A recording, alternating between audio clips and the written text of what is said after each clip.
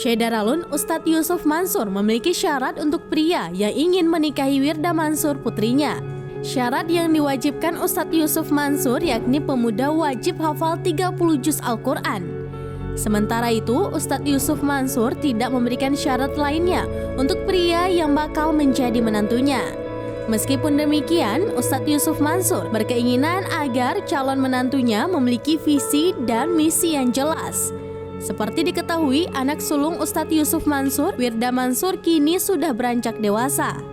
Ustadz Yusuf Mansur pun memiliki keinginan agar Wirda Mansur menikah di usia muda.